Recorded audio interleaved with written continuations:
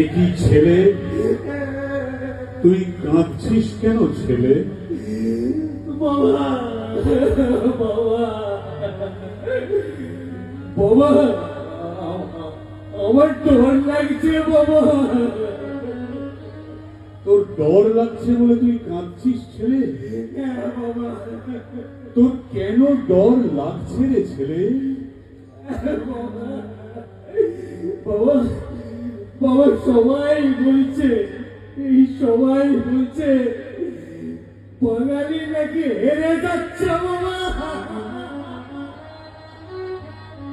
এ কি কথা বললি ছেলে? বাঙালি হেরে যাচ্ছে বলে তোর ডর লাগছে? হ্যাঁ বাবা। কিন্তু ছেলে একবার মনে কর, আজকের এই দিনেই, এই 11ই জানুয়ারি তো এই কল্যাণী থেকেই রবীন্দ্রনাথ ঠাকুর বলেছিলেন, डर के आगे जीत है।